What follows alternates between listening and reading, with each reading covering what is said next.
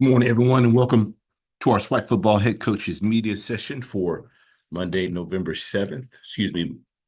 Monday, November the 11th. We will begin approximately 10:05 with Alabama A&M head coach Connell Maynor. He'll be followed by Alabama State head coach Eddie Robinson at 10:15.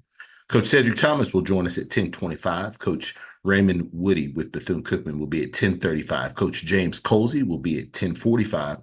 Coach Mickey Joseph with Grambling State will be at 10:55. Coach Alonzo Hampton will be at 11:05.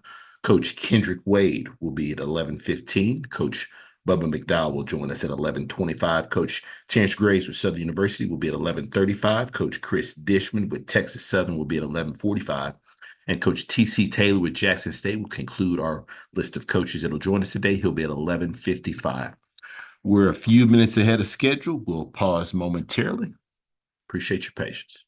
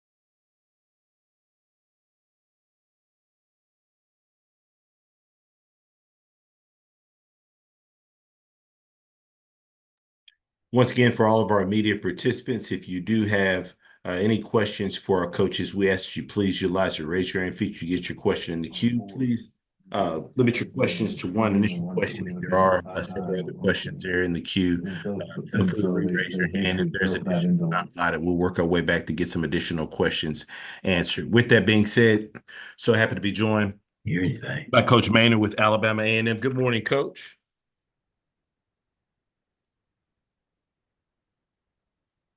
Eddie Robinson. Can y'all hear me? Yes, sir. Can you hear us? Can you hear us, Coach? Eddie.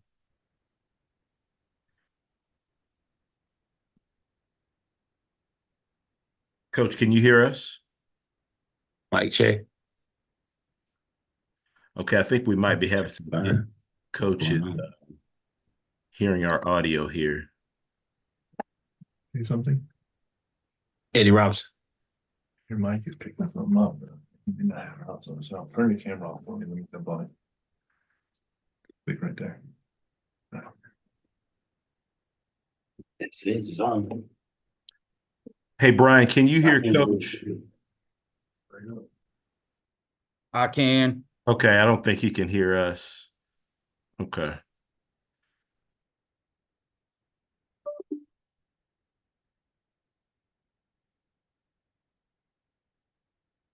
All right, we're going to try to get Coach's audio where he can hear us resolved. We'll be back momentarily.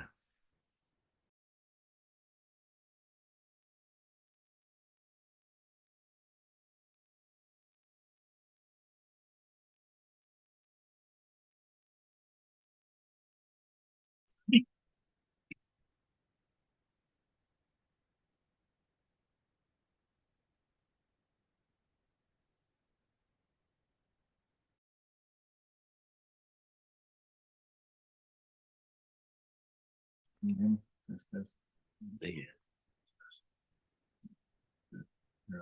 All right, really. You sure? I'm sure. All right. I can't hear nobody. Coach, can you hear us? I can hear you now. Yeah. Okay. All right, sounds good. All right, Coach, are you able to start your video? Yep. No. I got it. Video now. You can't, your video.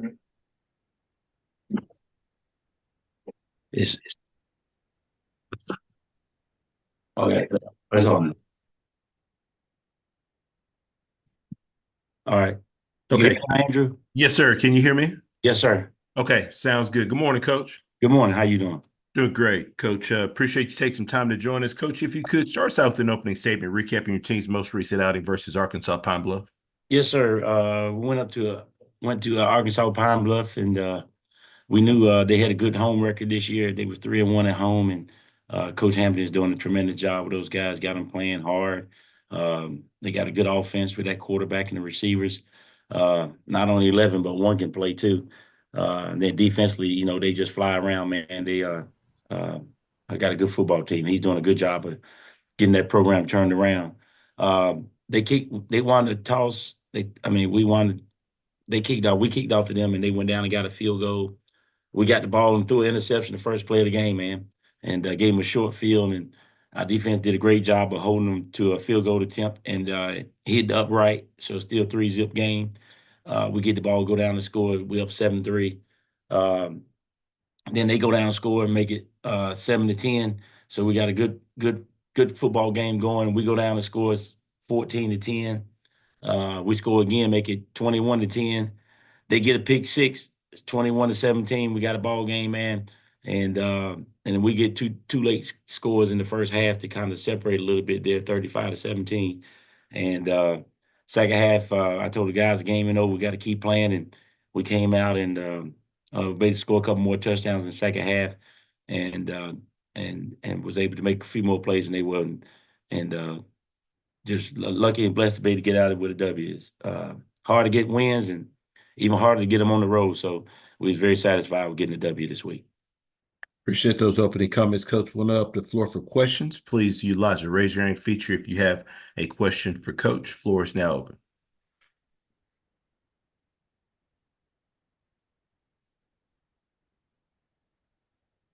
Currently taking questions for Coach Maynard with Alabama A&M.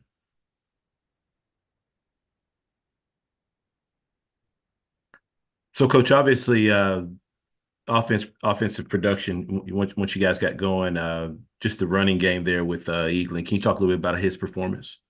Oh yeah, we knew going into the game that we wanted to run the ball this week, and I told Eaglin, man, hey, you got to carry it 25, 30 times this week, and so you got to be ready for that. And he said he was ready. And he did. I think he had 24 carries, maybe 145 yards, and 5 touchdowns. So he really played well and finished. Our second team, Isaiah No, had 117 yards rushing. So I think we rushed for like 350 yards. It was a great day. Still had like another 150 passing. So we was right at the 500 yard mark of total offense, and really executed well on offense, even though we had 3 turnovers. We had 2 interceptions and a fumble. So I was really pleased with the production. And the reason we were still able to separate because our defense was able to cause turnovers. Normally, when you turn the ball over, it's going to be tough to win a football game. But our defense was able to go back and get some turnovers itself. I think they had 3 turnovers, so they kind of evened out the turnovers, and we were still able to pull away. But yeah, offense played great, but the defense played good. Defense, again, we gave up a pick 6 and we gave up a late touchdown. So I thought the defense played well. I think we had maybe 3 sacks and 3 turnovers. They flew around and played well against a good offense, a good quarterback, and good wide receiver. So I was pleased with the performance this week. Next question goes to Perry Daniels. Good morning, Coach. Good morning, Perry. How you doing? Super fantastic. How are you? Good. I just want to hear you say super fantastic. That's why. Coach, you have consistently had one of the top offenses in this conference. What is your approach? How is it that you're able to maintain that consistency with a productive offense? I'm going to tell you my secret, Perry. And I can tell you because nobody believes it. We just play to our strengths, defense, weaknesses. That's it. A lot of guys have systems, and if you don't have somebody who can run that system, then you can't do that. So you got to do what your guys can do. Don't ask your guys to do stuff they can't do. I don't run 4-8 guys deep, and I don't, I make those guys run the short routes, and I run the fast guys deep. I put the guys in space. Donovan Egan's a running back that's downhill runner, so you're giving the ball, let him run downhill. So it's very simple. Play to your strengths, defense weaknesses. Do what your guys can do well. A lot of guys got systems that they just gonna run their system no matter what. Well, if I don't have no receivers, I can't put 5 receivers on the football field. So it's very simple. Just play to your strengths and the defense weaknesses. And Coach, you said last week that you would not be able to stop Giovanni Gibson, just contain him, but you kind of held him to 86 yards. What was the approach schematically at defending him? Give him different looks. Play man on him with help over the top sometime, bracket him sometimes, just play straight zone to that side sometime. So you just had to we just try to mix it up, what we was doing, the coverage that we was giving him. And you're right, we did an excellent job against him this week. I commended our secondary guys for the job they did. I think he had 86 yards. He probably had 35, 40 of those yards on the last possession, the last drive of the game. So we really thought we did a real good job on him, and we knew we had to if we wanted to win this football game. Thank you, Coach. Yes, sir. Good luck. Thank you. Next question goes to Doc Holliday. Good morning, Coach. How you doing today? Good, Doc. How you doing, man? I'm doing good. Just waking up. Your team. We always talk about this as far as for penalties. Your team only had 1 penalty for 5 yards. You dominated the time of possession with 35 minutes for the game, and you also dominated as far as the total yards for over 500 yards. What did you tell your team after this type of performance from Saturday night? Well, that was the game plan. That's what we talked about Friday night, that we wanted to run the football, and we was able to do that. Now we got to go back, and we can't live off that game. We got to play again this week. We play Thursday night against Grambling on national TV, so we got to be ready against a good Grambling football team. We got to look at them, break them down, see how we want to try to attack these guys, and explain that to those guys and do it. The guys rose up last week and to the challenge of being able to run the ball on these guys and try to keep that high power offense and that quarterback and receiver off the field, and that's what we was able to do. So we got to look at it this week and see what our game plan is and try to execute our game plan as well as we did last week. Thank you, Coach. Thank you. Final questions for Coach. Andrew. Yes, sir. I was trying to get on this thing, and I got confused, but I wanted to send my condolences and prayers to Mississippi Valley players and coaching staff where they had a tragic death Friday night with a player in a car accident. So we want to let them guys know that we're praying for them and stay strong. Absolutely. Appreciate that, Coach. Yes, sir. Any final questions for Coach Maynor with Alabama A&M? Coach, Eddie, don't be trying to copy me, man. Coach, as always, we appreciate your time. Look forward to speaking to you again next week. All right. Good luck, everybody. Thank you. Mhm. All right, next we'll go over to Alabama State and Coach Eddie Robinson. Once again, if you do have questions, please utilize the raise your hand feature to get your question in the queue. With that being said, happy to be joined by Coach Robinson with Alabama State. Good morning, Coach. Good morning. How's it going today? Great, doing great. Appreciate it. Coach, as always, we appreciate you taking some time to join us. If you could start us out with an opening statement, recapping your team's most recent outing, excuse me, versus Grambling State.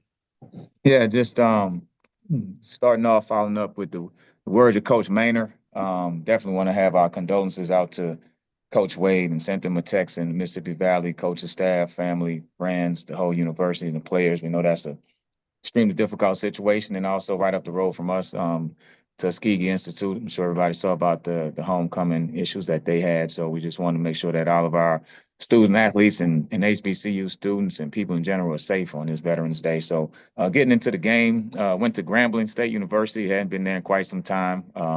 Took the kids to the museum, great experience, great week of preparation. Went down there with the intention of getting a win. Got off to somewhat of a slow start, a lot of 3-and-outs early. Game was 3-3. Field goal kicker did a good job of making the kick, Brandon. Getting to the halftime, went back and forth, was able to score late with a field goal, and it was 20-10 at the half. I thought our guys did a good job of executing the 2-minute. They were kind of stymied offensively early on, but they made a good halftime adjustment of doing a little bit more things in the run game and taking the pressure off their young quarterback. And they were able to run the football a little bit better in the second half and put some points. They scored at the beginning of the full quarter and came back and scored again later on. We had a late turnover, which was a big benefit for them. And we found ourselves down by 1 point. Young quarterback Kareem Key did a great job of executing the 2-minute. Almost did it too fast. Got down there with 50 seconds left. Got us down to the 10-yard line, and we missed the last second kick. We lost by 1 point, but love the way by 1 point. Love the way the kids played and competed. And had a lot of energy and enthusiasm after the game. A lot of anger in the room. So just trying to get those guys to realize what should have happened. You know, everybody could have done something to help us win that game a little bit better. So you have to look inside. And now we're going to get that anger and that energy and that enthusiasm and have a great practice on Tuesday. And get ready for a Jackson State team that's high powered. You know, they're moving they're in stride and step. You know, both teams have a lot to play for. So it's going to be a big game on campus. And we're looking forward to the challenge of getting ready for it starting on Tuesday. Appreciate those opening comments, Coach. First question goes to Perry Daniels. Good morning, Coach. Good morning. How's it going? Super fantastic. Great game. Thank you for that. Coach, there was a very warm embrace at the end of the game between the two head coaches. Can you share with us the comments that you all exchanged at midfield? Yeah. We have a lot of respect for each other. You know, I'm rooting for Mickey unless they playing us. And so, but this week they're playing A&M, so I'm probably going to stay neutral. So, but now on a serious note, yeah, I mean, you have a lot of respect for Mickey and what he's doing with those guys, and but at Grambling State and being from a guy within the state, you know, I know about Grambling. I grew up going to the Bayou Classic. He did too, and so just wished him the best of luck. And it was one of those things where two good football teams played and somebody had to lose, and in the last couple of weekends, it's been like that. Our last couple of games have been coming down to the end, and we were fortunate to win. In this one, we couldn't get it done at the end, but still have a lot of respect for those guys. Wishing them the best of luck. Coach Dooley was there also, know him well, and so and that's a great staff, and they're doing a great job moving the program in the right direction. And just this one game, we're on the wrong side of the last play. And the emotional state of your kicker after missing that game-winning attempt. Yeah, I mean, he was in bad shape at the end of the game, as you can imagine. We had a lot of anger in the room. A lot of guys were upset.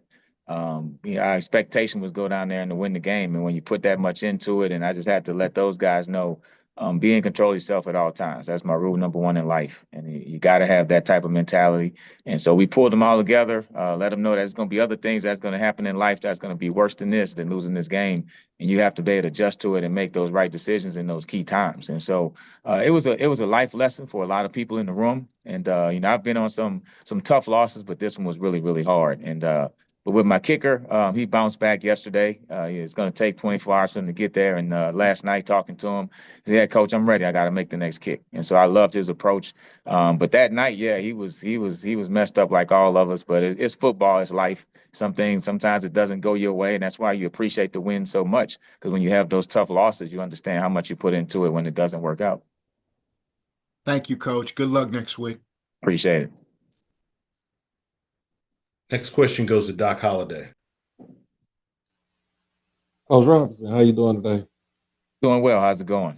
I'm doing good. You had a 10-point lead going into the second half, and kind of, so you kind of got outplayed. What did you tell your team after the game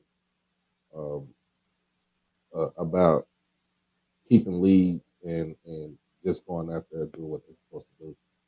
Yeah, we've been great at preserving leads. If you look at the last couple games, it went like that. We were up, and then we had to hold on at the end, and we've been able to make those plays at the end. So just have confidence in your routine. And we practice situational football every day throughout the week. So it wasn't one situation. As a matter of fact, last week, we just retouched 4-minute football, which is, defense on the field has to get the ball back. We got the ball back. So we did that, and we practiced 2-minute. Offense drive down. We did everything but made the kick. And so when that happens, you don't change your routine. You don't change what you're doing. You just double down on your routine and know that what we're doing is correct. It just didn't end correctly that day. And that's how football goes. That's how life goes. But our routine is good. Our method is good. Our approach is good. We just didn't get the result that we wanted. So there's no need to have any wholesale changes. We won't start practicing at midnight or anything. We just have to double down on our routine and lock into what we're doing. Just be a little bit more mentally focused. Like every kid and every coach could have done one more thing to help us win that football game. And so we can't look at the last play. When you make the last mistake of the game, it's always tough. But everybody else made a mistake during that game that could have helped us not be in that situation. Thank you, Coach. Absolutely.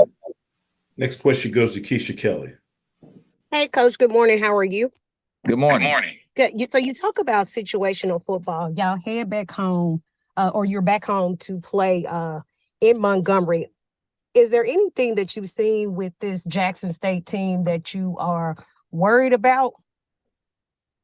Yeah.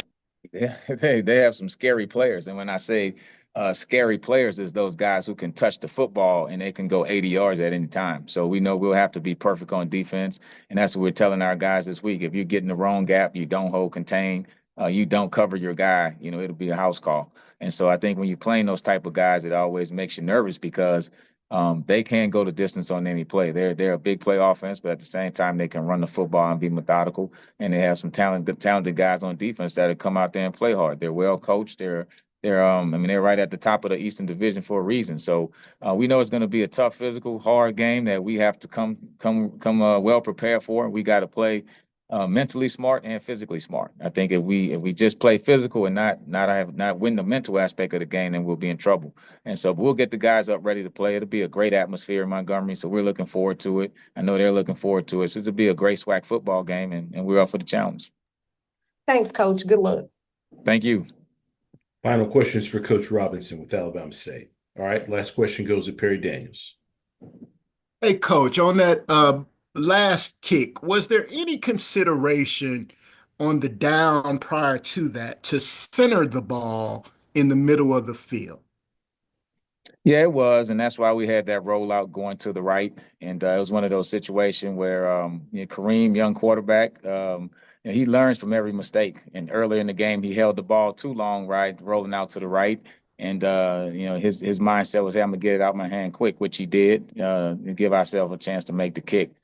So in hindsight, the coulda, shoulda, woulda, yeah, you could have centered it. But my kicker made a kick from that same left hash earlier in the game. And so it's one of those kicks that we have to make. He understands that, but he made 3 earlier. So he's won a lot of football games for us. He's put us in position to win. And so all he can do is go out there and make the next kick. Yes, sir. Thank you much, Coach. Good luck. Appreciate it. Coach, as always, we appreciate your time. Look forward to speaking to you again next week. Thank you. Appreciate it. Thank you.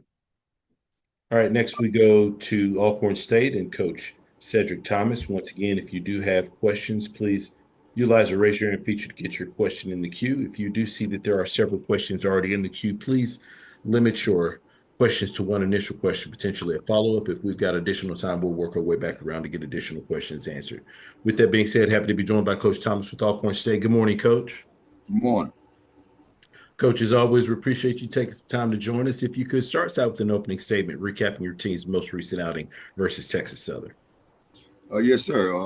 Saturday at Texas Southern really improved. Good football team coming in, and we had two really good, two tough losses, and just wanted to get off the mat and kind of started off a little slow. Our All-American tight end catch a flat route and fumbles, and that's 2 weeks in a row we gave the opposition 14 points, and we got to clean that up. But the guys, they kept being resilient. And got a chance to go in at 14-14. Defense did a really good job. Coach Rowe and that staff just kept us in it. The offense kind of got things rolling in the second half. Just wanted to challenge them at halftime to play our brand of football and be the football team that we know they could. And offensively, you see the output, in which they did from a point standpoint and defense. They've just been playing consistent these last couple weeks, and the kicking game also played well. So I'm proud of the guys to get that bad taste out their mouth after 2 weeks and just kind of falling short.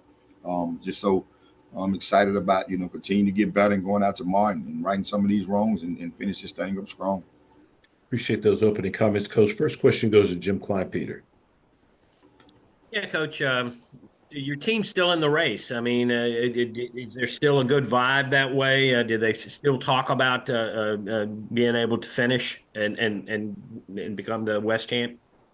Now, I don't hear the West champ. I don't hear the aspect of championship per se, but that really hadn't been in the building at all. It's just finishing strong and having a winning season. That's kind of what I hear. Now, what they do in the dorm and not in the building, I don't know. But here is just next play, next day, stay in the moment. And so I'm just excited about them guys. We still hadn't played consistent football, and so we got a chance to go out practice tomorrow and continue to do that. So they know what's at stake for us, the next game. You see what Prairie View did against, FAMU, and it's just a testament to this league. Any Saturday, anybody can get beat. So for us, for me, it's a championship mentality, regardless of what the wins and losses entail. And so if we continue to have that mindset, we'll be where we need to be at the end. Thank you. Yes, sir. Next question goes to Stephen. Good morning, Coach. Morning, Steve. Yeah, all right. If you could touch on Omarion Blake's receiver, your team from Shaw, his development and in terms of maybe his future with the program. You like the direction that he's headed in? I know he got in the end zone this past weekend for the first time. And I'm gonna keep saying it till they get me up out of here, man. I'm just dear, and guys from where I'm from, man. I'm just really they dear and near to me. And he's one, 7 miles up the road. I watched him play Pop Warner football, and kind of struggled early. Mississippi, Alabama, all-star game guy. Got here and tore his leg up, but early in the year was kind of a selfish mentality. Coach, I want the ball, I'm open, and then we give it to him against McNeese, and he fumbled it. So he just kind of settled down and started playing his, the type of ball that he need to do with an unselfish spirit. And so it's just good to see him down the stretch with his mom and his pops in the stands, getting a chance to hug them, and just seeing him playing well, was really good. But he also went through something, early to get the way he is, and then in the kicking game, it's a handful of offensive guys that's going down there making plays on the special team aspect, and he's doing it. So I'm just excited about his growth and development, but he's going to be a big-time player for us when this thing all said and done. Thank you, Coach. Prayers also, Mr. Stevens, to the young man from Mississippi Valley, from Hollandale, passing. That's right. Again, appreciate it, Coach, and wish you well this week. Thank you, sir. Next question goes to Doc Holliday. Coach, how you doing today? I'm blessed, Doc. How about yourself? I'm doing good, Talk about Xavier Vaughn had over 300 yards of total offense. Which part of that was 130 yards on the ground and 2 touchdowns? What is it about his maturation that you see, and what do you think? What are some things you think he can improve for the rest of this season? What he got to prove on, he got 2 turnovers in the red zone. He turned it over against Grambling right before the half, and we don't get points, and then he do it again, this Saturday. So we got to maintain, that football and get those points. And so it's the most important part of the game. And so he got to clean the ball security aspect up, and I know he will. Going forward. And then just watching, how he, deal with the trials and tribulations of just the football game, the ups and downs. He has that big turnover. But come right back, the first drive after the half and, help us, put it in the end zone. So he leads this team, don't say a whole lot, but by his action, he does a really good job of just getting guys where they need to be and, just himself of doing things right. So, it's a lot of football for him to play along with this team. So we're excited about this one coming up and having an opportunity for him to lead us. And then we talked about the turnovers and also the 3 turnovers, but also the 10 penalties for the team. What is the thing to clean that up before the next? I couldn't hear the last part, Doc. The 10 penalties that you had in the game. What are some things you want to try to do to clean that up before going down the prairie? Yeah, a couple of those, at the end was just excessive. Got some young guys in. We pretty much played everybody. But we had 2 unsportsmanlike, just young guys, just being too jittery and playing too long. They got to stop on the whistle. But I'll definitely get that cleaned up.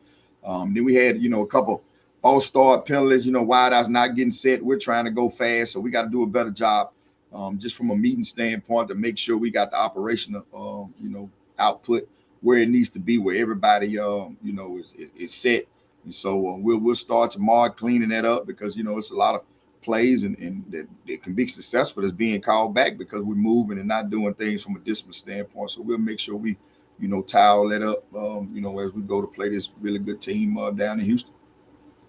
Appreciate you, Coach. Yes, sir. Next question goes to Donald Ware. Good morning, Coach. How you doing? Oh, I'm blessed. How about yourself? Doing pretty good. Can you speak to overall in terms of how Xavier Vaughn has played this year, what he brings to the table and using his legs also?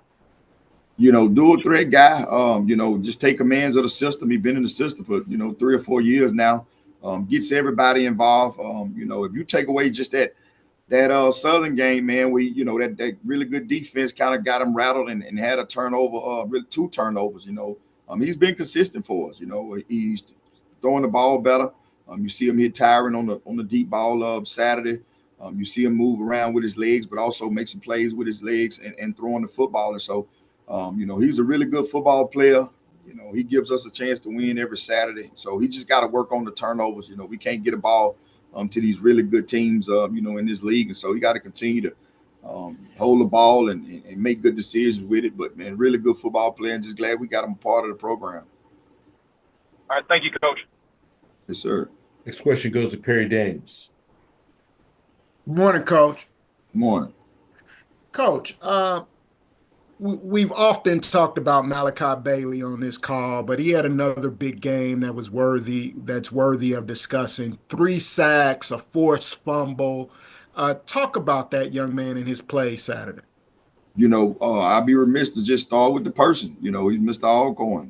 When things was, kind of down, just campus wide and everybody else, he the ones that tell them to come out and support them in the rain. And then on the football field, as Coach Rowe, the coordinator, is starting to have to move him around a lot, because guys are sliding the protection around him and knowing where he at. And so you see him come through the B gap and make a big time play inside, but also on the right end and defensive end. And so the coordinator's doing a really good job of moving him around. But, man, we just, a really good football player. He's SWAC through and through. He works his tail off. He gets everybody involved. When Truck has the turnover, he's the first one down to hug him. He's the first one in the offensive huddle. And so it's just, he got a couple more to play, and we need that output, every Saturday for us to have a chance. And he's doing a really good job leading us. And Coach, what have you seen on film from this Prairie View team now that they've, they righten the ship and seem to be playing at their peak of the season right now? Yeah, explosive. You watch it. Fam can run, but you look at a post route they go, anywhere from 60 to 70 yards and they run right past the corner. You see a quarterback that's steadfast in the pocket that makes really good decisions, and a rejuvenated run game. Big running backs. You see them, run over some guys last week, and you sit there and say, this is a really good team that looks way better than they played Pine Bluff. And so we got to be on our A game. The coordinator does a really good job of doing different concepts with the motions and all the shifts. And so we got to be sound, got to have a really good week of practice, and then we got to get on the road again to be ready to face this really good offense and defensive team. Thank you, Coach. Good luck. Appreciate it, sir. Coach, as always, we appreciate your time. Look forward to speak to you again next week. Yes, sir. Thank you. All right, next we will go over to Bethune-Cookman and Coach Raymond Whitty. Once again, if you do have any questions for our coaches, please utilize the raise your hand feature to get your question in the queue.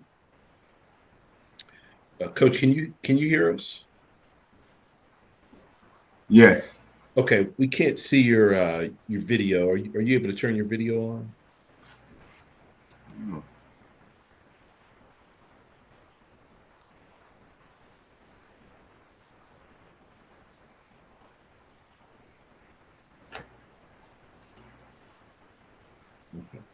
Okay. Looks like might be some technical there with your video, but we're good with your audio, Coach. If you can hear us, okay.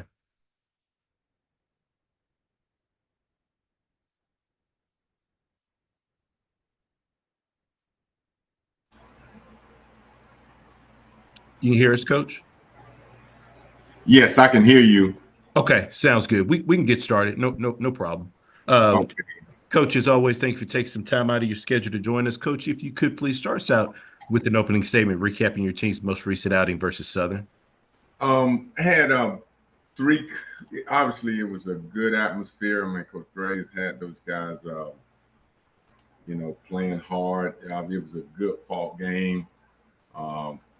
Started out, we had three consecutive red zone possessions in the first half, and we basically came away with only 3 points. We missed a field goal and didn't convert on fourth down and go from the inch line, after looked like a tight end fell in the end zone. For 3-0, we was 3 up 3 going into the fourth quarter. Southern scored to go up 7-3. Offense responded, and they 10-7 with 7 minutes left. Defense, we held Southern to a field goal to tie 10-10, and then forced a turnover with a minute left, and then from the -47 we didn't capitalize, which was unfortunate.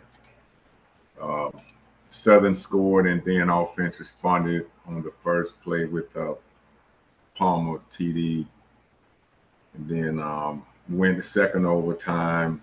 Offense scored and then failed the 2-point conversion. Southern responded on the first play, and defense stopped the 2-point. The third overtime, defense stopped the second point, and we threw the rub short. And then fourth overtime, exchange failed attempts, and then fifth overtime, Southern 2-point good, and then we didn't convert, and they won the game.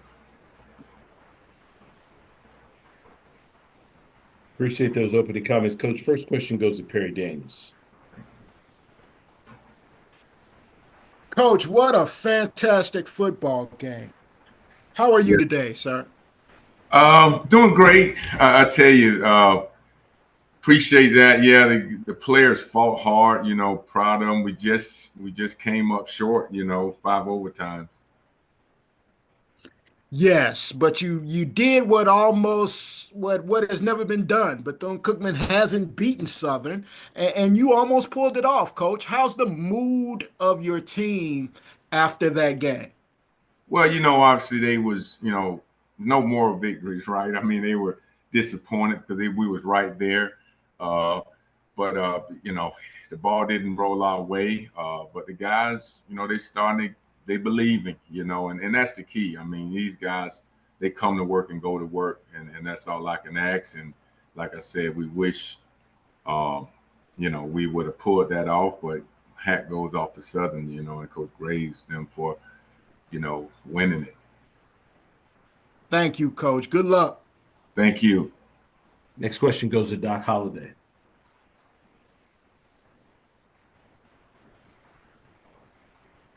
You're on mute. Doc. Can you hear us, Doc? Yeah, I got you. Okay. Coach Woody, how you doing today? I'm doing well, and yourself? I'm doing good, doing good.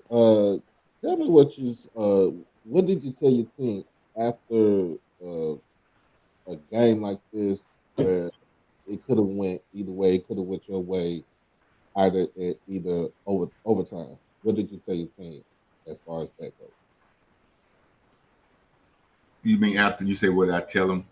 Yeah, what did you tell them? Like, because of the simple fact that the game could have went either way, first, second, third overtime. What do you tell them after a game like that?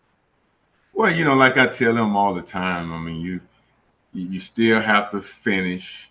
Got to keep fighting. Obviously we need to practice more situationals. I mean, which we do all the time. We need to put them in situations, and hopefully we get in their type of game again. We'll find a way to win. But you encourage them. But at the end of the day, just put them in those situations over and over again. So like I said, hopefully you get in that situation again, you pull it out. And with Cam Ransom, looked like he's been improving every week since the homecoming game. What is the things you want to do with him as far as going down for the last two games to kind of feature him more? Well, I mean, he's getting better each week. Obviously, just his reads, from right to left. I mean, he's a dual threat guy, and we want to throw the ball a little more with him. I know he's a guy that can pull it at any point, but I know just to improve his all around game, he more of a runner, and he's starting to get better, passing, reading one side of the field as far as his progression. All right. Thank you, Coach. Thank you. Any final questions for Coach? All right, Coach, as always, we appreciate your time. Look forward to speaking to you again next week. Thank you. My hat goes off to Coach Wade and the community too, as well, Mississippi Valley. Appreciate it, Coach. My prayer. All right, we'll pause momentarily. Thank you for your patience.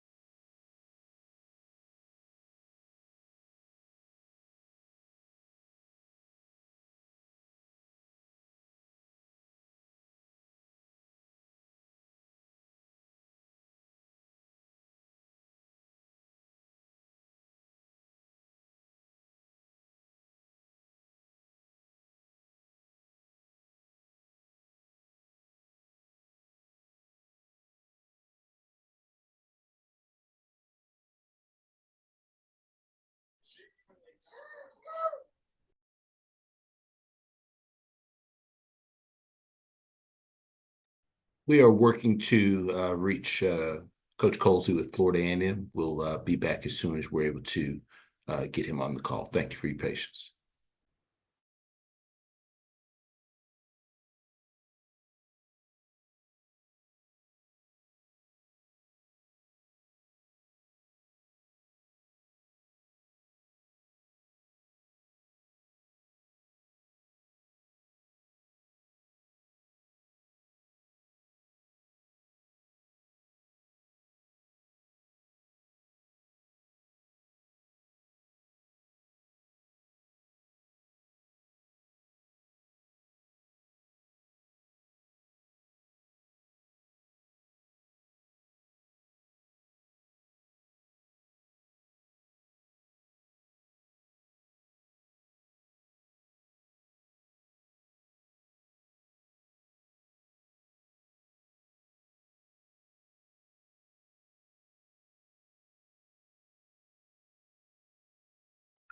Once again, for our media participants, if you have questions for our coaches, please utilize the raise your hand feature to get your question in the queue.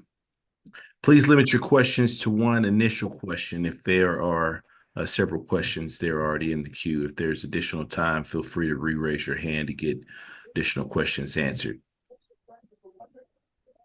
I do believe that we have Coach Colsey with us. Can you hear us, Coach? I hear you guys loud and clear. Sorry about that. Oh, no problem. And Coach, as always, thank you so much for taking some time out of your schedule to join us. Coach, if you could please start us out with an opening statement recapping your team's most recent outing versus Prairie View. Hats off, Coach McDowell. Got a chance to talk to him after the game. They did a great job putting a great game plan together. No excuses from our end. We gotta shake it off and get ready for this upcoming weekend against Mississippi Valley. But again, hats off to them and credit to them as far as them winning this past Saturday. Appreciate those opening comments, Coach. First question goes to Doc Holliday. Good morning, Coach. How you doing today? I've had better Mondays, Doc. How you doing? I'm doing good. Can you tell us about the after the game with the small incident between both football teams heading towards the locker room, and what was your approach as far as with going with discipline? Well, our athletic director, obviously made a statement on the behalf of the university. Obviously, believe it or not, Coach McDowell actually talked. Him and I spoke after the game and shared our sentiments. I come from a place where you get your butt beat, take your butt into the locker room, and do the things you normally are supposed to do. So I was on my way, but obviously noticed a couple things that happened.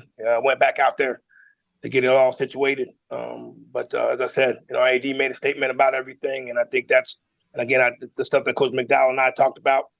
We'll keep in house, but there, definitely are some penalties that we may have to, as we get everything cleared up, to get it all situated as far as what we need to do on our end. And my second question is the status of Daniel Richardson. I know you say he went out with a concussion. Is he in concussion protocol right now?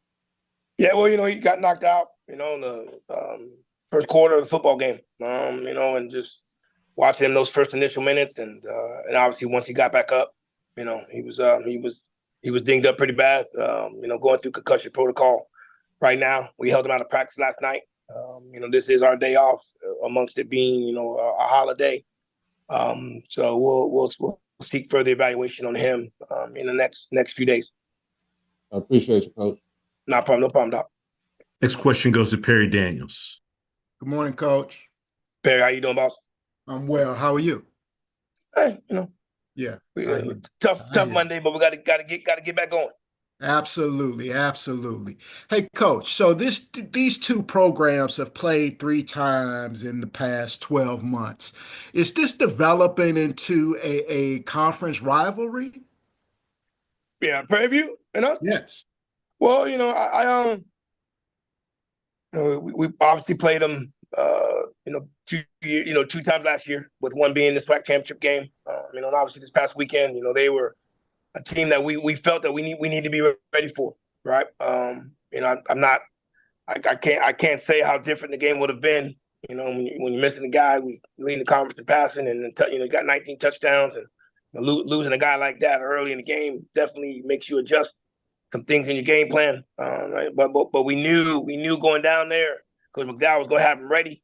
And then obviously the circumstances came about that they made some plays that we did not. I would hope it would be a rivalry because they do a great job as a staff. They did a great job preparing them.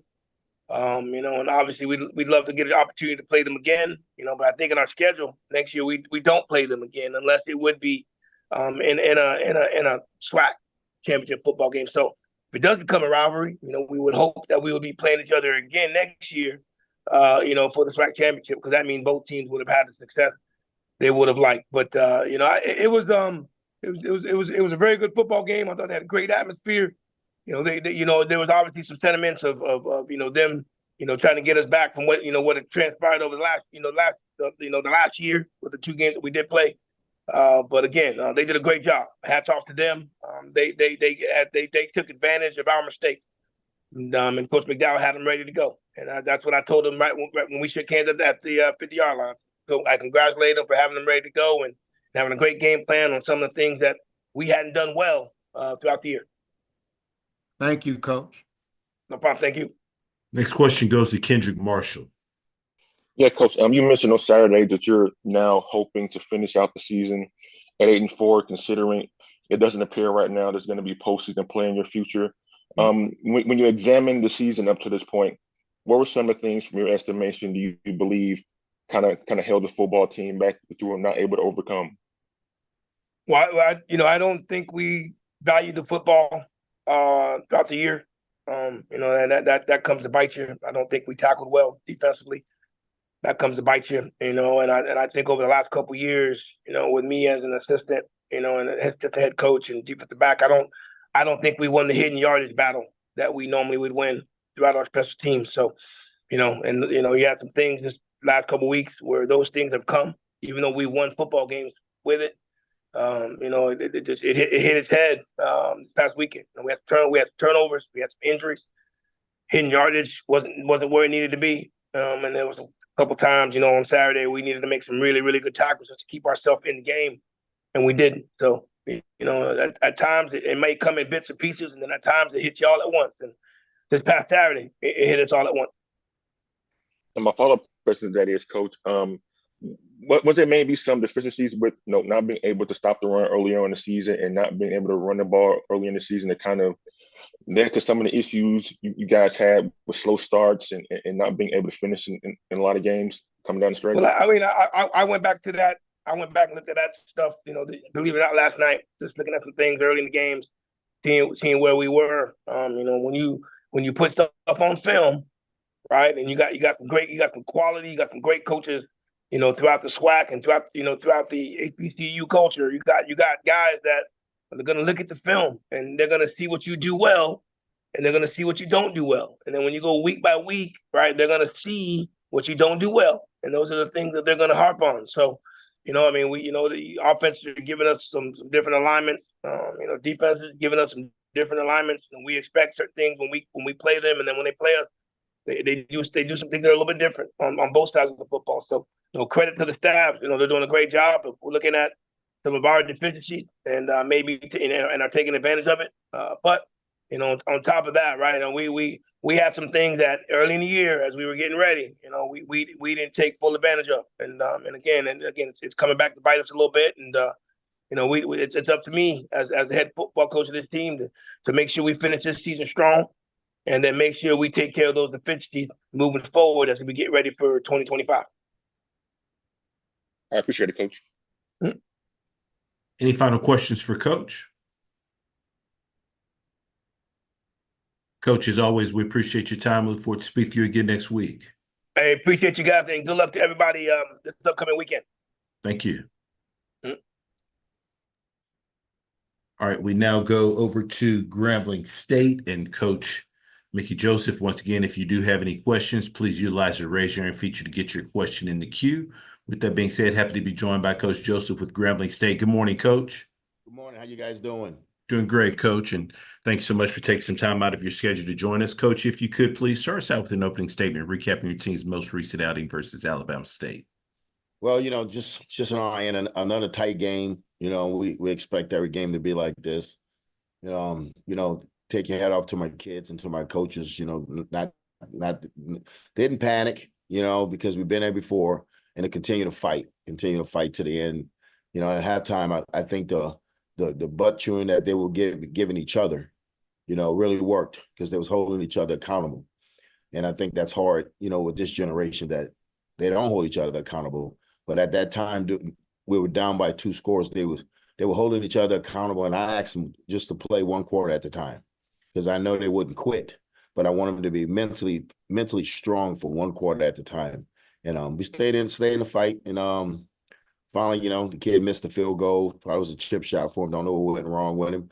But the kids fought. So take my hat off to coaches and the kids. Appreciate those opening comments, Coach. First question goes to Doc Holliday. Coach, how you doing today? Doc, how you doing? I'm doing fine. I'm doing good, doing good. You got a short week this week, playing on Thursday night. Uh, have you told your team about playing in a environment as far as on Thursdays, Thursday night football? Well, most of them, coming from high school, they've been on this schedule before, where your Sunday has to be your Monday. So they've been on been on this schedule before, somewhere down in their career. But the travel is what we had to really talk about, because it's going to take 7 to 8 hours on the bus to get there. So that's what we had to say. Hey, that's not an excuse. We're going to prepare like we normally prepare, and we're going to travel. It's just going to be a little longer on the bus. But once we get there, it's no excuse. I expect us to perform. I expect us to come out and play strong in all three phases, because this is part of playing, college football. That you're going to have short weeks, and also you're going to have long bus trips. So we're not going to use that for excuse. We just got to get them, continue to prepare like we normally do. And we just got to leave a little earlier. And then you had 171 yards on the ground on Saturday. Tell us about Elon Elder, who's been there for a while, and what does he provide as far as leadership on the offense? It's just for the whole team. Well, with Elder, he's been there for a while. You're right. He had his ups and downs here at Grambling, and he was a kid that just stuck with the program. He never pouted. Because sometimes kid can pout and it can affect your team. If he did pout, he didn't show it. He came to play. He came to practice every day. He came to work, and he got on special teams, and some of the reps would cut back at the running back room, and he wasn't getting them in his carries and doing a year, but he stuck with it. And so you throw your hats off to him and a kid like Telbert. They kept grinding, kept chopping wood. They kept saying, "We'll put the team first. I'm gonna put the team first," and that's rare. These kids put things in front of them. So they did that, and now they both are having outstanding endings towards the end of the season, and you got to appreciate that, and that's the type of kids you want in your program, and that's what we got to continue to form our kids into kids like that, and that's going to also help the winning get going right away, when you get kids like with character like that. But he's been great for the program, and he's been great for me, because it's something that a coach enjoys to see, when a kid like that reps a count and he don't pout, he just keeps fighting. His kid's going to be very successful in life. All right, thank you, Coach. Thank you. Next question goes to Perry Daniels. Good morning, Coach. Good morning, Perry. How you doing? I'm super fantastic. Congratulations on that thrilling victory. Let's talk about the dynamic of beating your friend in that fashion. Hey, yeah, that's the, and it's always that it's because you're friends with a lot of these coaches outside of the profession, and been knowing Eddie, since we were teenagers, and you're going to compete, because he's going to compete, but just for win for the players and the coaches, it felt good for them, and I you hated that it has to be Eddie over there, and you just hate it, that you got to go against a friend, but we understand the profession, and wins and losses keep our jobs. But it was a good win for Grambling. But for us, how I feel about Eddie, like I told him after the game, I appreciate everything that he does for me, because there's one person I can call, besides my brother Vance and my cousin Terry, two people, gonna tell me the truth, and Eddie's gonna be one of them. And appreciate everything he did for me, and still doing for me in this profession, to help me to get where I'm at today. But it's always hard when you're playing a guy that you have a lot of respect for, and you win. But we both understand the profession. You've spoken about the environment at halftime. What about after the game in the locker room? How was that environment? Oh no, we were happy. The kids were happy. You can see it's a monkey off the back, because they've been fighting. I mean, every game that they lost, except the Louisiana Lafayette game's been one score games. And that's hard, because you got to try to figure out this. And I said it last week. It's the same book. Okay, well, let's find out what's going wrong. Let's see if we can pull one of these out. And this was good. This was good for the program to be able to pull out one of these close games. But like you said, the kids never panic, the coaches never panic, and offensive line did a great job. D-line did a great job of stopping the run. So it was a great atmosphere after the game. You know, Coach Ellis came in, he was able to talk to him, and he loves speaking to him. That Coach Ellis is one of the guys, my mentors here, who you know, he loves Grambling. He loves Grambling. So he's always gonna sit and say, this what I see. But he got him fired at the end, and you know, we loved everything about the atmosphere after the game. Thank you, Coach. You're doing a great job. Good luck. Thank you. Thank you. Next question goes to Kendrick Marshall. Yeah, Coach. Will Bailey be quarterback these last two games, or have you made a determination about that yet? Well, we're still working to see you know, how Miles is gonna look this week. We're gonna put into a workout here pretty soon to see where he's at. He won't play if I feel like he can't protect himself on the field, and he's ready to go. He's ready to go. But as his head coach and myself, you know, I got to make sure that he can get out there and he can protect himself. He can move around before I say yes, he can go. But he's preparing to go, and hopefully we'll have him for Thursday night. So what does protecting himself actually look like for you? That he can move around, and he can get out the pocket when he needs to get out of pocket, and that he can step into his throws. There's a lot of things he's gonna have to do for me today. So, and he understands that. He understands that. Yeah, I asked that question, Coach, because earlier in the season you mentioned some of his struggles were attributed to him not trusting his protection, and he needed more protection in the pocket. Has the offensive line play given you a little bit more confidence that you can put him out there at this point? Well, we put him out there. He's gonna probably be under the same game plan what we're doing now. He's gonna turn around and hand it off. You know, he's gonna turn around and hand it off and try to protect him. But I won't put him out there if I think he's not healthy enough to help us win the game. You know, and that's the thing about it. Even with protection, you still have to escape. You see, even with Delj has to escape with his legs. So, you know, I got to make sure that he's able to do that before we put him out there. But yes, I think the offensive line is getting better, but we're still getting pressure on the quarterback. I appreciate it, Coach. Thank you. Final questions for Coach. Coach, as always, we appreciate your time. Look forward to speaking to you again next week. I appreciate you guys and everybody. Good luck this week. Thank you. Thank you. All right, next we go over to Arkansas Pine Bluff and Coach Lonzo Hampton. Once again, if you do have questions, please utilize the raise your hand feature to get your question in the queue.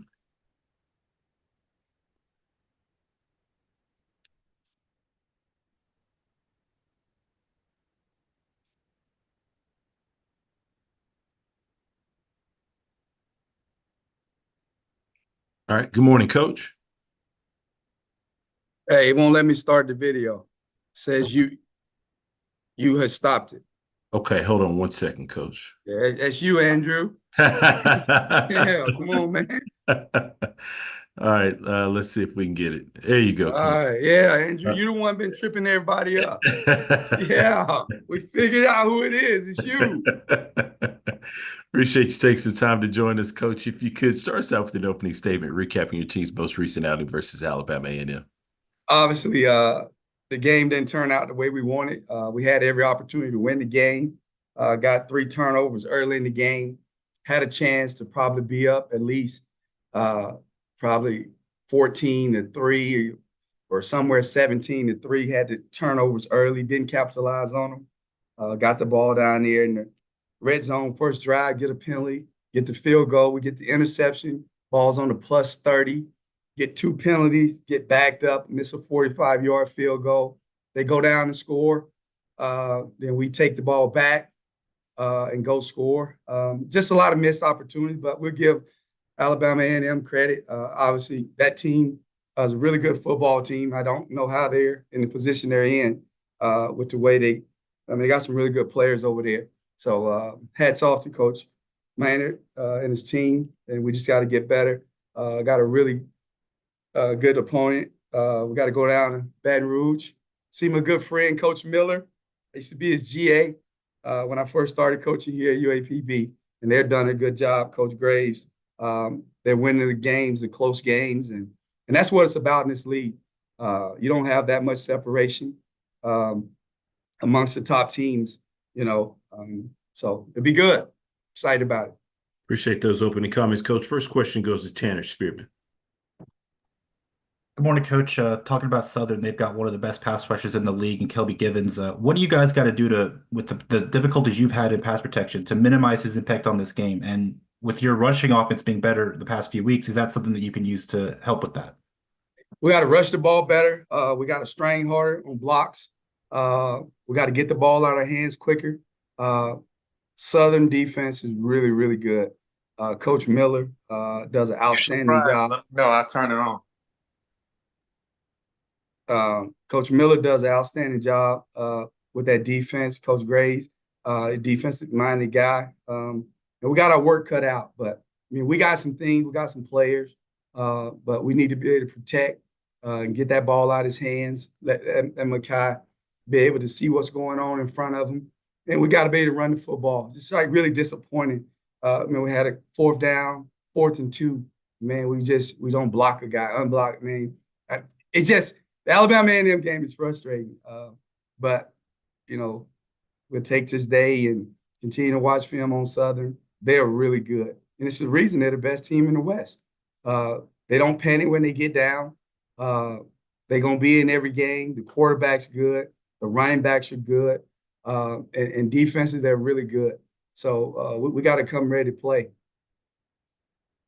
Next question goes to Jim Klein-Peter.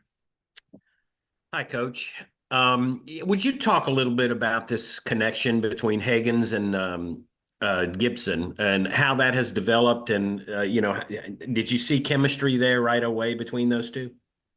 No, I mean, obviously, the ball is finding an open person. And for the last couple of weeks, he hadn't been open. Like you said, Alabama A&M, people are starting to double and they starting to trip and put a guy in front of them. But we got other guys we got to get the ball to. We have other guys that are open, and Makai just needs to be able to drop the ball off to the other guys that are open. And because nobody's going to let one person beat you. And Giovanni's a really, really talented football player. And we have number one, you heard Coach Maynard say that kid is really good. And we got Kareem Burke, KJ, finally been able to put a couple weeks of practice together. He can play. If we can just hold up, give him an opportunity to see what's going on, and we got him taking all the hits, we're going to have a chance to compete in every game. So that's just the frustrating part. And I was joking with Coach Maynard before the game, man. He got about 700 linemen. I wish he sent me a couple of them, O-line, D-line, man, because them some of the biggest kids I've seen in a long time. And quite honestly, that's what's kind of holding us back. But this week, we'll have a great game plan, to be able to hopefully get the ball to our receivers. And we always talk about in this offense, the ball find the guys that are working the hardest. And so the other guys has got to continue to work. Makai is not forcing the ball to Giovanni, but, I mean, a lot of times that kid, he wants it. He makes sure he gets open. Next question goes to Keisha Kelly. Hey, Coach, how are you? I'm doing great. Okay, so we'll give you credit now. You're talking about how good Southern's team is, but we seen your offense, and so Pine Bluff is doing some great things too. I know it's a lot of things that you want to correct. How are you preparing for this week to make sure that y'all execute and go down to Baton Rouge and possibly get that win? Well, like I said, we got to take what the defense is giving us. We know Coach Miller is a heavy pressure guy, and they're going to play some man coverage. We got to win our one-on-one battles. But again, we need to be able to protect the quarterback. Obviously, we got a running quarterback. He can run. So we got to be able to do a lot of things to keep them off balance. I don't think it's any secret on how Southern plays football. They hard-nosed. They want to run the football. They don't do a lot of crazy things. They just saying, hey, our guys, they're very sound on offense, defense, and special team. Watched them all last night. Been watching this morning. They're a good football team. And I'm happy for Coach Grave. I don't know him personally, but man, I'm happy that he got that opportunity to be the head coach, and he's taking advantage of it. And obviously, like I said, Coach Miller means a lot to me. Just because I worked under him when I first started as a volunteer coach here at UAPB, he used to tell me, "Hamp, man, you need to calm down, man, back up." So I'm always looking forward being able to reconnect with him. And so it'll be a good game. We got to have a great game plan, offense, defense, and special team. We know where some of our issues are, and we got to be able to correct those. And we need to be able to go down there and give ourselves a chance. Offensive, we've been able to do that, but the last couple of weeks, man, haven't been able to keep our quarterback upright. And so we'll have to get that ball out a little quicker this week. All right, good luck, Coach. Appreciate it. Next question goes to Doc Holliday. Coach, how you doing today? Doing great. This game, we all know about the connection 9 to 11, but what are you going to try to do as far as getting your run game going with BJ Curry and Zamarian Weber against Southern? Obviously, last week, BJ had 11 carries for 59 yards, average 5.4. Zamarian Carey had 7 carries for 62 yards, average 8.9. The problem is we get to third down and we get penalties, holding penalties. We're moving the ball on everybody. Then we get in our own way. It's those penalties that are holding us back offensively. If we can stay in third and manageable, we kind of did the breakdown. Like, we're stopping ourselves. Now, we're going to give the defense credit because, a lot of times we haven't been able to protect, on the pass rushes. It's some really good defensive linemen in this league. And so we got to continue to do a better job recruiting. And then we got to be able to max protect some to help those guys out as well. But if we can keep you in third and manageable, you're going to be in trouble because Mekhi, he can run it. And we got weapons that we hadn't even been able to get the ball to because the quarterback is on the move. And we don't want him on the move like that. I appreciate you, Coach. Next question goes to Perry Daniels. Good morning, Coach. Morning. Hey, Coach.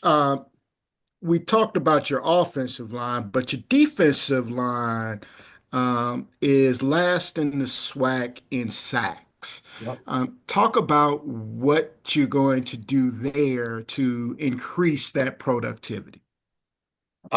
Recruit. Say it again. Recruit. We got to recruit O-linemen. We got to recruit D-linemen. And that is our job as coaches. We got to do it every single day. You got to do it every night. All right. This program here is a blue collar program. All right. Everybody has to find a way. All right. You got to take out 2 hours a day to be reaching out to players so we can get them in here. That's what we're missing. All right. And we're year 2.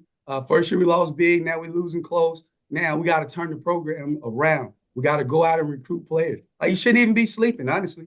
And I don't mean this in a negative way. I tell the coaches this, I'm going to be the hardest working one in the building, okay? I probably sleep 3 or 4 hours a night. I love it.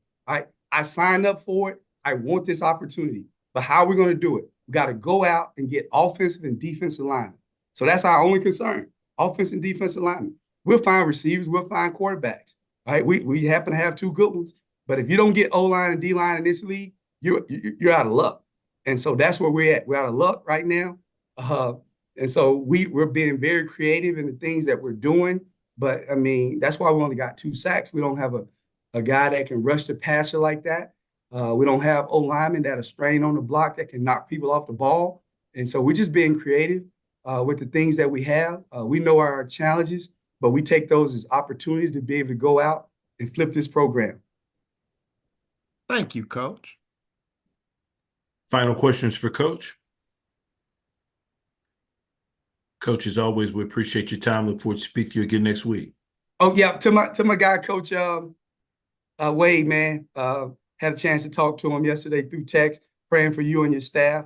And obviously, man, we know God is more than a comforter, and he's going to comfort you and your team. And my prayers are with you all.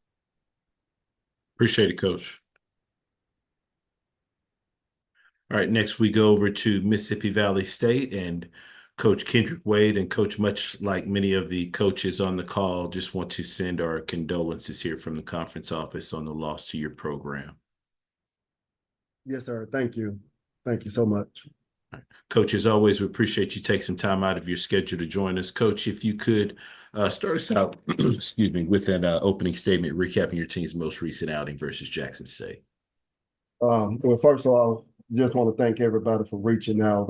The support has been overwhelming. I can't begin to tell you how much it's meant to me, meant to this program, for everybody who's reached out to us, to my brothers on this call, the coaches who've reached out, calls and texts, Eddie Robinson, Coach Maynard, Coach Hamp, Coach Thomas, Mickey, that's the name of a few of those guys. Of course, TC and I had moments before and after the game. So thank you guys for that. It just kind of reminds us on why we do what we do. You know, it's bigger than football, and we get paid to beat each other, compete against each other, but just to get those calls and texts meant everything to me. And I just want to say thank you guys for that.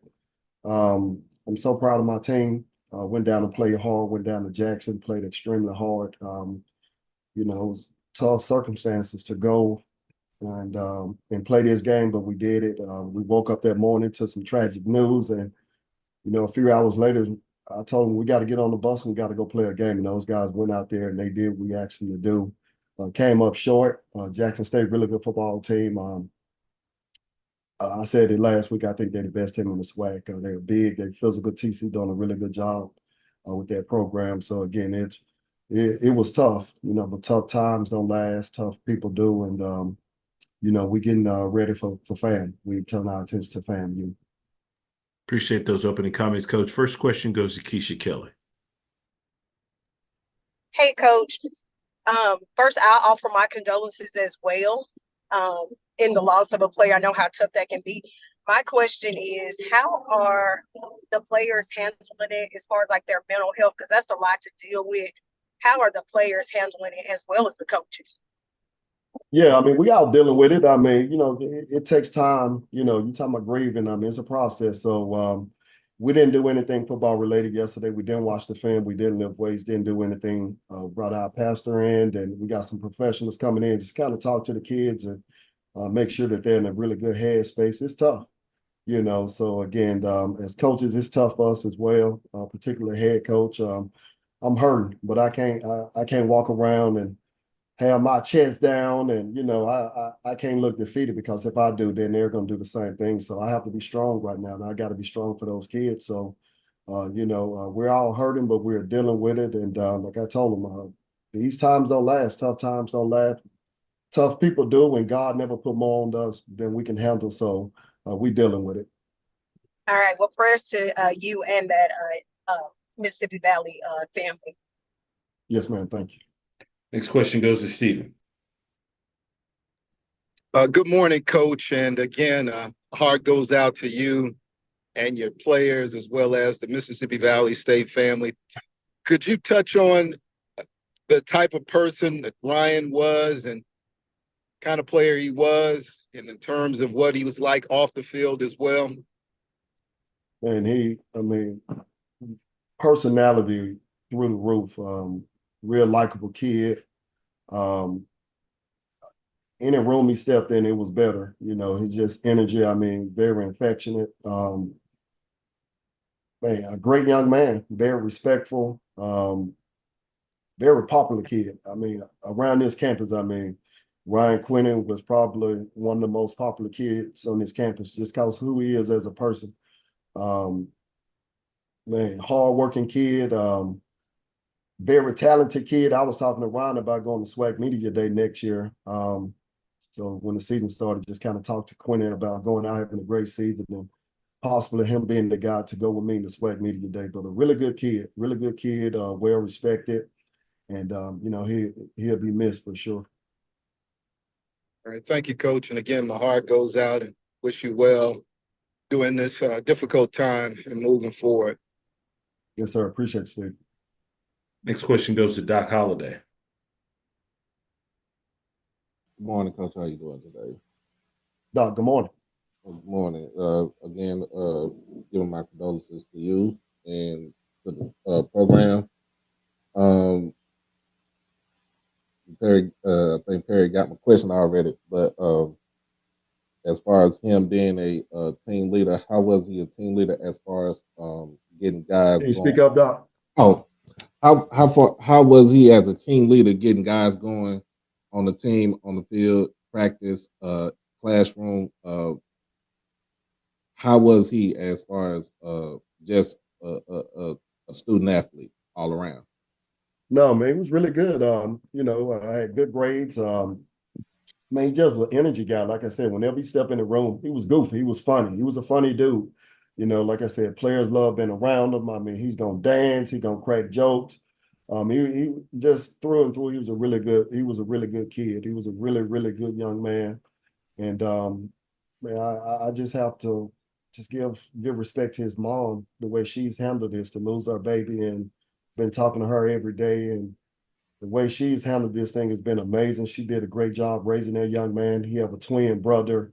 Talked to his brother. So Ryan Quinn, he'll be missed. I mean, it hurts. It still doesn't feel real. Still feel like a dream. But really good kid. This program is we're gonna miss him, and he'll forever live in all of our hearts. And we created memories that's gonna last a lifetime. So may he rest in peace now. The things we deal with on a daily basis, the struggles and things we have to deal with, he no longer have to deal with. And to be absent from the body is to be present with the Lord. So he's in a place of peace right now. And that gives us a little solace knowing that he's at peace right now. Man, I appreciate you, Coach. And good Yes, luck. sir. Next question goes to Melvin Bill. Good afternoon, Coach. I want to offer my condolences in the loss of your player. I want to ask you, how has your faith helped you and the organization get through this? That's it. That's exactly what it is. Faith is just believing in something that you hadn't seen. And we don't know why this happened, but we do know that God don't make any mistakes. So just the faith in the Lord is definitely helping us. We all have been through some things, and I told the players, we've all been through something. In those moments we didn't think we can make it, we made it. And this here should come to pass. And I just encourage everybody to just have faith and keep God first. Without him, we're not getting through this. Without our faith in the Lord, we don't get on the bus and go play that game against Jackson State. So just keep God first is what we tell people. Love your loved ones. You're never too macho to tell people how much you love them. You're never too macho to cry. We cried together. We wiped our tears together. And because of our faith in each other and the faith in the Lord, we was able to get on the bus and go down and play hard, man, for 30 minutes. It's kind of talking about that game. Our kids played extremely hard that first half, and they left it on empty. Unfortunately, we ran out of gas. Second half, we didn't have much to give, but man, just keep God first is my message to everybody. Keep God first. Protect your loved ones. And it's tough, man. It's tough, but our faith is getting us through this thing. Absolutely, Coach. And again, my condolences go out to you guys. Shifting gears here a little bit, you have to get on the bus and come to Tallahassee to face a Florida A&M team that's reeling a little bit after their loss to Prairie View. Coach, what is it, your assessment of this team's offensively, defensively, and on special teams? FAMU is good. Got some really good skill players. Really good skill players. Of course, got a quarterback who's really good, and they got some receivers who are good. They're good up front. On the back end, they're really good. Just a really good football team. Got a lot of speed. They're physical. They got depth. So it's going to be a great challenge for us, I'm telling you, but we're looking forward to it. We're going to go down to Tallahassee. We're going to compete our ass off. We're still trying to get our first W. So we're going down there to get it. It's not about fam, it's about us. So again, making sure that we go down with the right mindset, and we're going to get after it. It's going to be a challenge. Really good football team. We know they are upset. They're coming off a tough loss versus PV. But again, we're looking forward to getting down to Tallahassee and getting after it. We hadn't tasted victory, so we're looking forward, and we're gonna push forward this weekend. Again, my condolences, Coach. Safe travels to Tallahassee, and hopefully I'll get a chance to meet you down here. Yes, sir. Thank you. Coach, as always, we appreciate your time. Look forward to speaking to you again next week. Yes, sir. Thank you, guys. Thank you. All right, next we go over to Prairie View A&M and Coach Bubba McDowell. Once again, if you do have a question, please utilize your raise your hand feature to get your question in the queue. With that being said, happy to be joined by Coach McDowell with Prairie View A&M. Good morning, Coach. Good morning, everybody. Good morning. Coach, as always, appreciate you taking some time to join us. If you could start us out with an opening statement recapping your team's most recent outing versus Florida A&M. Yeah, let me just first give my condolences to Coach Wade, coaching staff, and their players, and the university as a whole, the Valley family. Man, you are the rock. You know, coaches are the rock right now for these young men. Man, you just keep hang in there again, and we'll be praying for you here at the university, Prairie View University as well, man. I know what kind of character that you portray, young man, and again, just keep doing what you're doing, and teaching these young men to go in the right direction, man. Again, be that rock for them. Coming off a great weekend against a really good team, fam. You know, we as coaches put the challenges to the players all week long. You know, what kind of identity that we're gonna set forth coming into this weekend against a very, very good football team, very explosive football team on all phases, special teams, offense and defense, you know, and how are we going to match them for us talent, for us execution, and, you know, and I put it on the coaches, and they put it back on the players, and came up with a great game plan offensively, defensively, special team wise. And man, these guys, I'm so proud of these young men accepting the challenge, and again, playing against a really, really good football team. And they came out, played 4 quarters of football, which we've been trying to do, hadn't done it the whole season. And, you know, so it was really good to see them come out, execute what the coaches was calling, you know, coaches putting players in position, playmakers in position to make plays. And more importantly, they came up with some really big plays. We love some plays out there, but again, that happens with good football teams. We go up against good football teams. Now, basically comes down to, you know, who's gonna make the most plays, the most explosive plays to win the game. And we did that. And again, like I said, I guess a really good football team. And like I said, I can't be proud enough for these young men coming out, accepting the challenge that the coach had put forth in front of them all week. Appreciate those opening comments, Coach. First question goes to Doc Holliday. Coach McDowell, how you doing today? I'm good, Doc. How you doing, my brother? I'm doing good. You had a good birthday week as far as this week? Yes, sir, I did. Thank you. Culminating in a victory over FAMU. What are the things that you tried to do as far as on the defensive side to make sure that the receivers didn't get off of the line where they're the most explosive? Yeah, again, we know what kind of athletes they have over there, and you know, we put the challenge to the DBs. I know Coach Dan Lemke and myself did a little extra with the DBs this past week, and you know, and just doing some things, you know, while Coach Dan was doing during our normal practice time, and then when we go into special teams time, I would take the DBs over there and we do some extra stuff, you know, little drills and stuff, and just talk about what needs to be done, you know, and just accept the challenge, because they got some explosive guys on that side of football, and it was just about our guys, you know, accepting the challenge, Doc, and again, just putting guys in position. Coach Rock and Coach Dan put guys in position, you know, to help us, you know, to win game. Again, you know, we was always under the pressure. Again, we don't ever give up the big plays. You know, we were going to be in the ball game, and we gave a lot of big plays last year. You know, as special teams was going on, and I was over there, you know, running some drills with some of the DBs, and we talked about that as well. So again, just challenging them to, you know, go out there and do their very best, you know, against a really good football team with some really good wide receivers. You know, and more importantly, to you know, come up when we have a chance to come up with some turnovers and make big plays. We make them. You know, defensively, we did that. You know, 2 interceptions, 1 for a pick six. So, again, very proud of these young men. You know, accepting that challenge from Coach Lemke and Coach Rock. And second question, will Shamar Savage be available for the Alcorn game? Yo, he's getting better. He's getting better. The contusions are getting a lot better. He looked really good out there today. Again, it'll be depending on how much he does this week and whether or not he's gonna play in the game. But we definitely gonna monitor it. Again, look pretty good out there running. It wasn't full speed, but again, look good enough to run. So as the week goes, we'll see where he is, his body is at that particular time. Appreciate you, Coach. You're welcome, Doc. Next question goes to Perry Daniels. Congratulations, Coach. Thank you, Perry. Appreciate it, man. Big win. Big win. Huge win. Good football.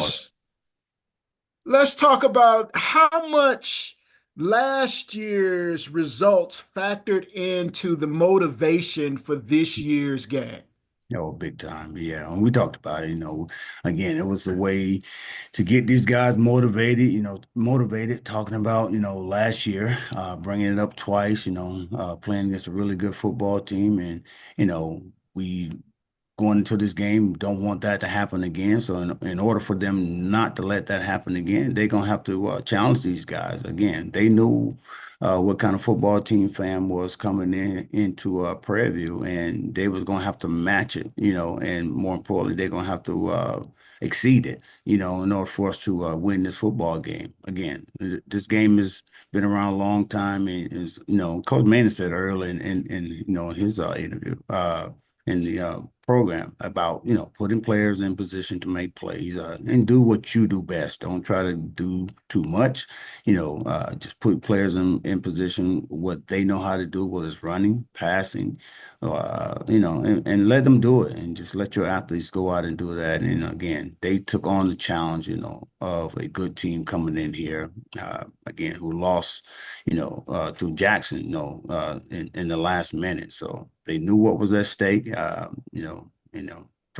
You try to throw that in their face as much as you can about last year and redeeming yourself. And they took on the challenge, man. They came out and we played 4 quarters of football. We know that Fam was a big second half team, and we wasn't as a group, as a team. So we challenged them to come out and play just as hard the second half as they did the first half, and make more plays than Fam did, and that's what we did.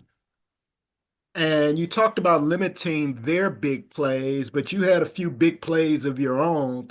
I want to talk about James Burns with 5 receptions for 117 yards and the 70-yard reception that he had. Again, just putting players in position to make plays. We got some guys, again, that can make plays. And again, we knew that. And that's why we went out and got him. And unfortunately, it wasn't happening early in the season as we wanted to, would like to have had it happen. But, we talked about in the second half of the season, finishing strong. And, again, keep reiterating, putting players in position, our top players in position to make plays. And they took on the challenge. They went out there, they made some plays, more plays than Fam did. And anytime, that happens, you got a really good chance of winning the football game. Thank you, Coach. Good luck this week. Thank you, sir. Final questions for Coach. Coach, as always, we appreciate your time. Look forward to speaking to you again next week. Thank you, guys. Good luck this week. Hang in there, big weight. Hang in there, buddy.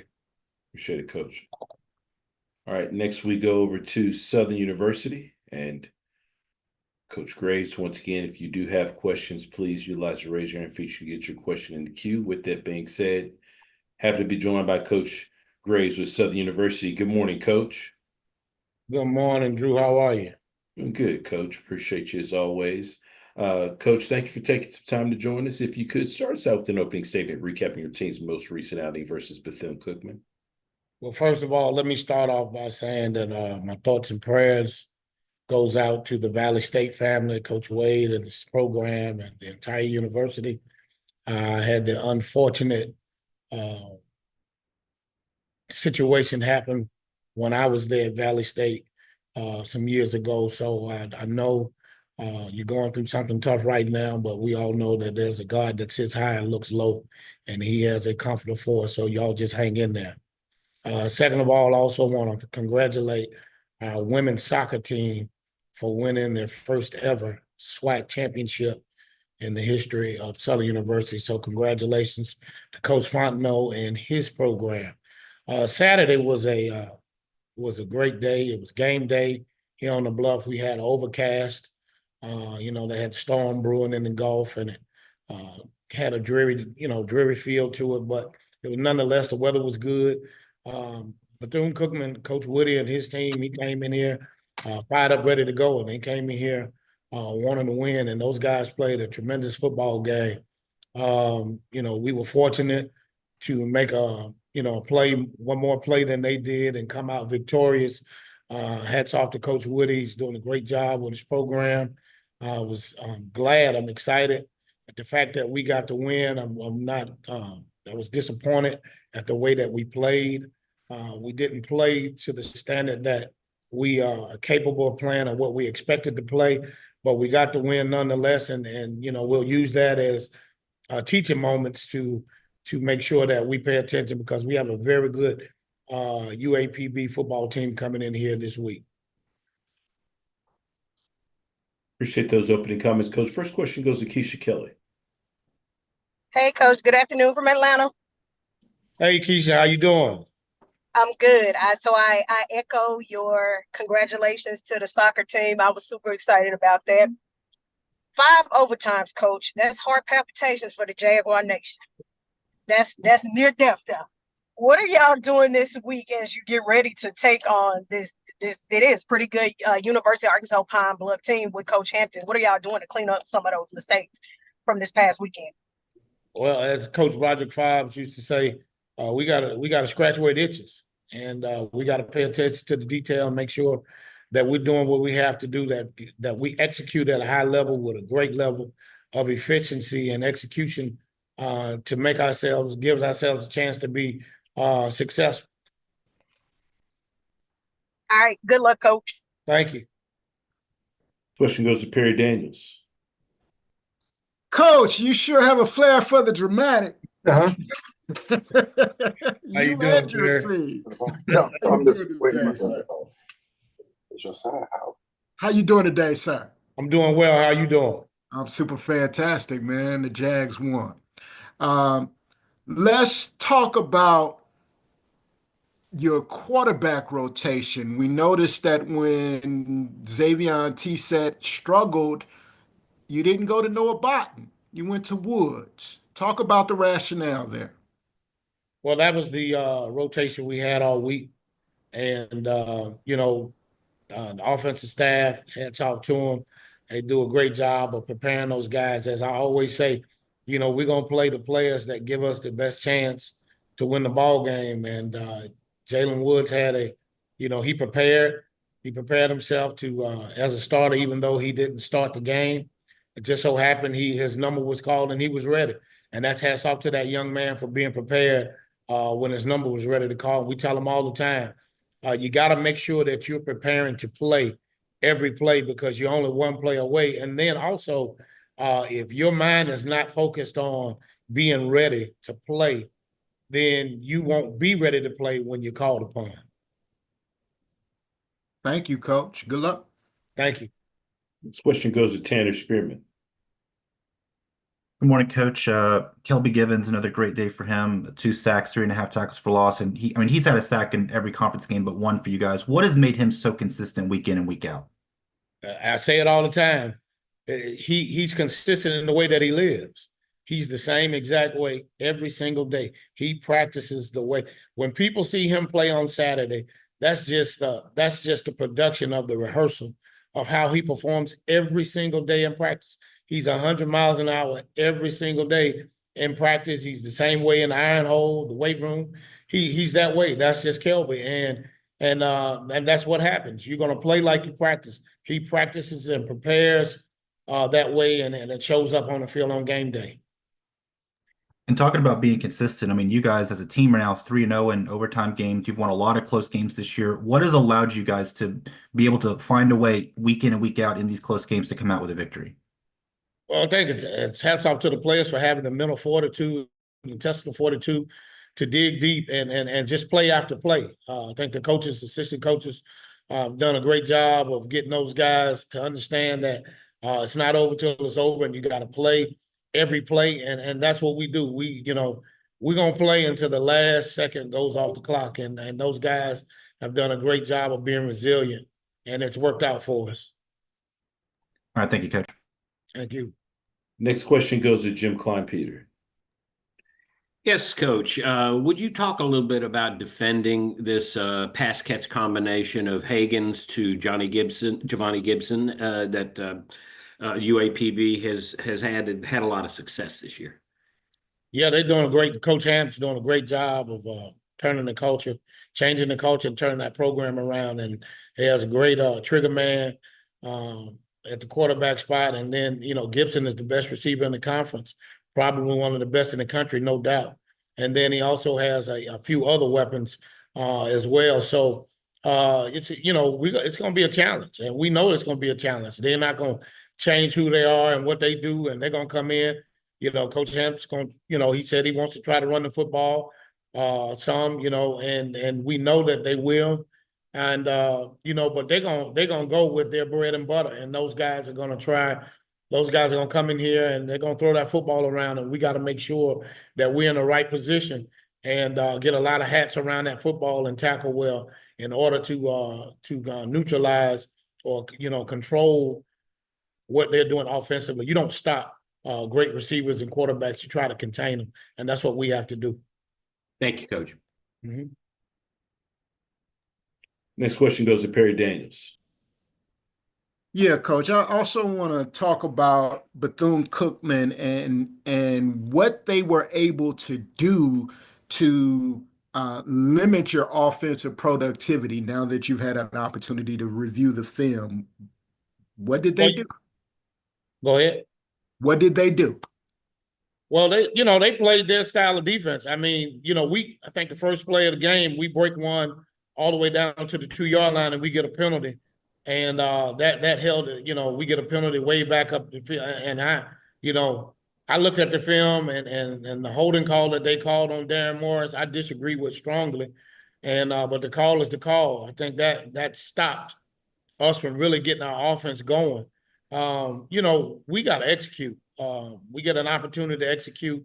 It wasn't anything that they were doing special. Bethune-Cookman played hard. They played lights out. They did what they do. Just think that we didn't do enough early on execution-wise to put points on the board to distance ourselves. We scored more points in the overtime than we did in regulation. And so that means that we got to really make sure that we hone in and pay attention to the things that we need to execute offensively. And a victory Saturday will secure a SWAC West division title for the Jags. Is that going to be part of the conversation to the team prior to Saturday's game? No. The thing is, we need to win. And that's what we talk about. We need to win. We want to win the football game because that's the next opponent, and we want to win. What comes with that? That's just part of it, but that can't be the focus. That can't be the focus. That can't be the sounding, the alarm sounding for this week. We gotta play our best game. We got to execute at a high level in all three phases of the game, and we need to win the football game. And what comes with that is great, but we must focus on being our best selves and giving ourselves a great chance of winning the ball game. Thank you, Coach. You're welcome. Final questions for Coach. Coach, as always, we appreciate your time. Look forward to speaking to you again next week. All right. Thank you. Yes, sir. Thank you.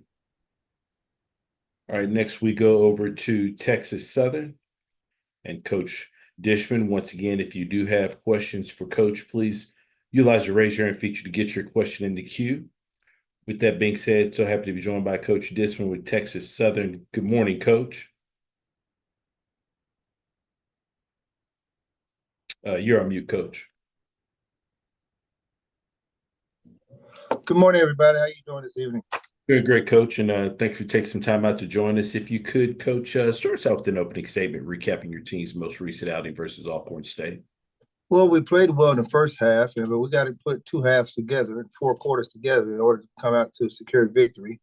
We played very well in the first half, and then one or two things happened. Then all our guys just, duck their heads and think, oh, here we go again. So we got to get some fighters to realize that we can't just duck our heads and say, here we go again. We got to fight and make it happen. The first half, I was very excited. We thought we were going to have a great chance of winning, but our third quarter, we fell apart. Appreciate those opening comments, Coach. First question goes to Perry Daniels. Good morning, Coach. Mr. Daniels. Coach, Umar Yarrow, 20 tackles, one forced fumble, 1.5 tackles for a loss. Talk about his play. Well, he showed up very well. We know he's a very good player for us. He's playing a role that, we didn't expect him to play this year, but he's now stepped up and made that play, and that's the problem. We have some injuries over here, and he is one of the bright spots of the guys in front of him were supposed to be starters. They went down. He's taking this opportunity to make his name be known. Thank you, Coach. Good luck. Thank you. Currently taking questions for Coach Dishman with Texas Southern.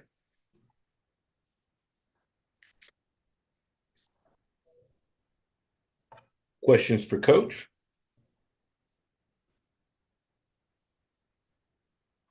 All right, Coach, look like you're short one for me. Thanks, Coach. Appreciate it. All right, we have several minutes before we are being scheduled to be joined by Coach Taylor, so we'll pause momentarily. Thank you for your patience.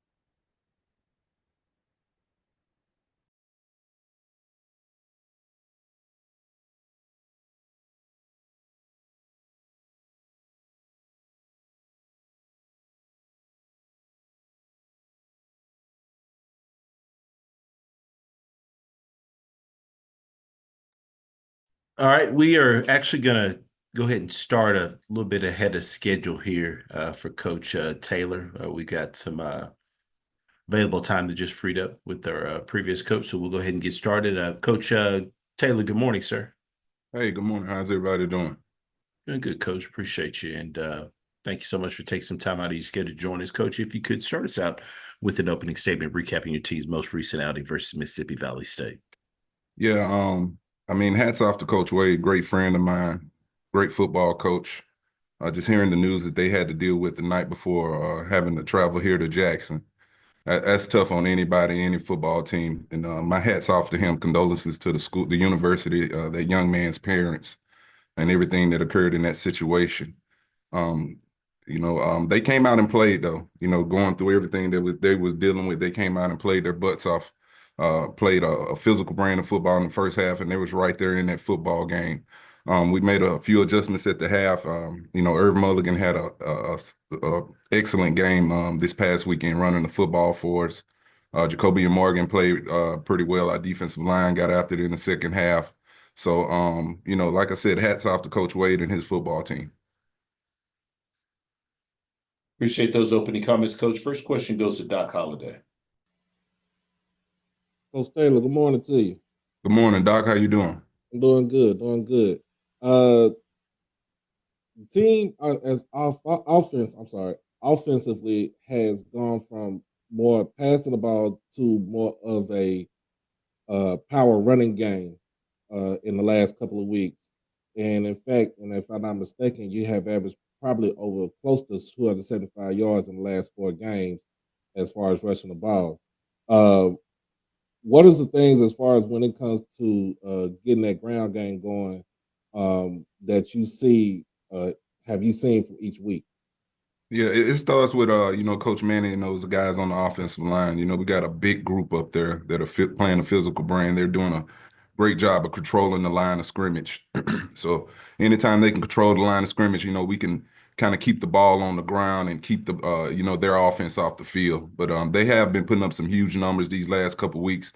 Then we have some key injuries at the receivers positions. Our depth is not quite where we want it to be there, but got some guys out there. We dial up some shots. Has been doing a great job. Isaiah Spencer, Jonas Fortillion, Janalen Dupree has been playing good football. But we just go out there and do what teams allow us to do. And try to take advantage of that. But I tip my hat to our offensive line and these running backs, the way they're controlling the run game. And the second question is, as when it comes to the defense, Day Bright was a bright spot for us, no pun intended. What are some things that you told him throughout, since the FAMU game leading up to the game against Valley and so forth, so on? Yeah, I just told them I still believe in all of them. They were one of the top units in the country last year. They did struggle in that FAMU game, but I told them I still believe in them, and it's going to happen. You're going to have to continue to play. I'm not going to turn my back on you as a coach, and I know we brought you in here for a reason. That interception he made was a heck of a play. For him to make that play, he had a big tackle in this game as well. But just me continue to believe in these guys, and keeping their confidence levels high. I appreciate you, Coach. Thank you. Next question goes to Stephen. Yes, good morning, Coach. I hope all is well in Tigerland. Wanted to touch on a player from our viewing area in Greenville, Eric Simmons. We call him the Baby Mayor. He got his first touchdown this past weekend of his career at Jackson State. How excited were you to see him get in the end zone? And also a little about his development as a player since he's been on campus, because I know his opportunities, they don't come often, but when he does have the opportunity, whether special teams or, of course, this past weekend to play receiver, he makes the best of it. But kind of elaborate on what his maturation process has been like since he's arrived on campus.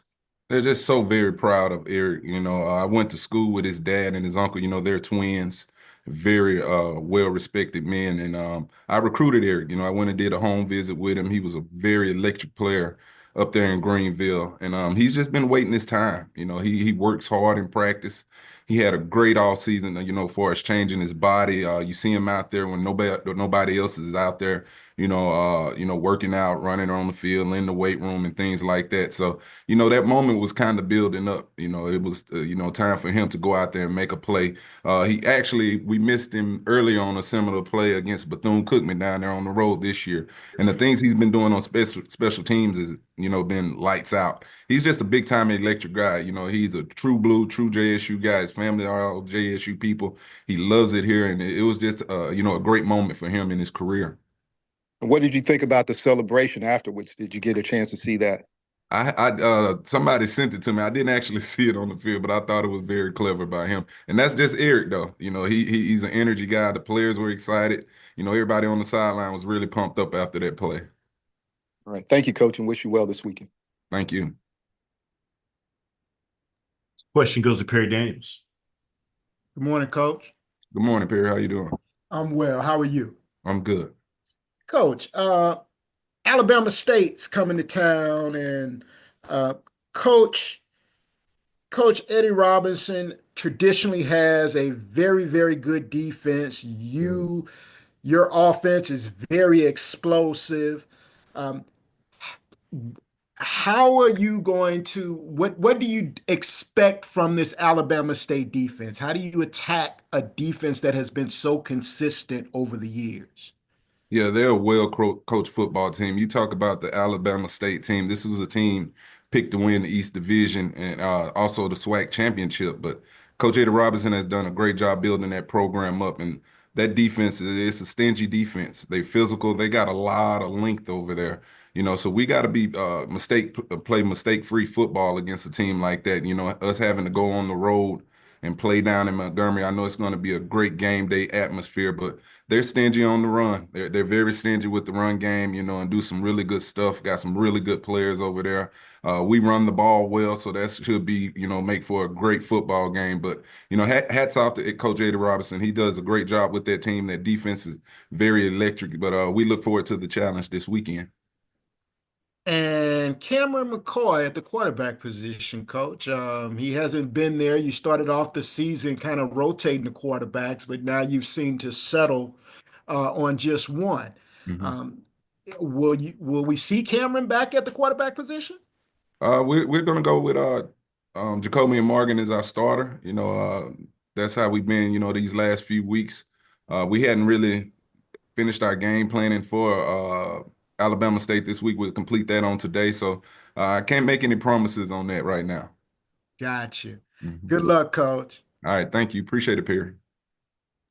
Currently taking questions for Coach Taylor with Jackson State. Final questions? Coach, as always, we appreciate your time. Look forward to speaking to you again next week. All right. Thank you, guys. Appreciate what you do. Thank you. This concludes our SWAC Football Head Coaches Media Session for Monday, November 11th. And just a reminder, each SWAC Football Head Coaches Media Session is archived on the SWAC Digital Network. Thank you for your participation. Have a great day.